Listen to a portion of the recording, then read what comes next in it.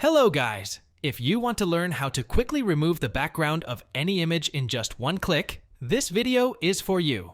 With this tutorial, you will learn how to completely remove the background of an image with a very accurate tool, so you can change it to whatever you want, or just use the photo without background. We will use this website called clipdrop.cc. This website has a lot of tools. Scroll down until you see the Remove Background tool.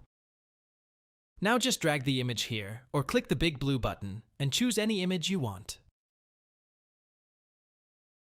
Click the Remove Background button, and wait a few seconds. That's it. The AI now automatically removed the background of the image. Let's try with a real photo now.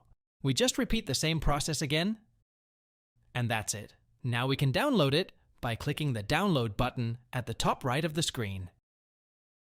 And there we got our image with no background.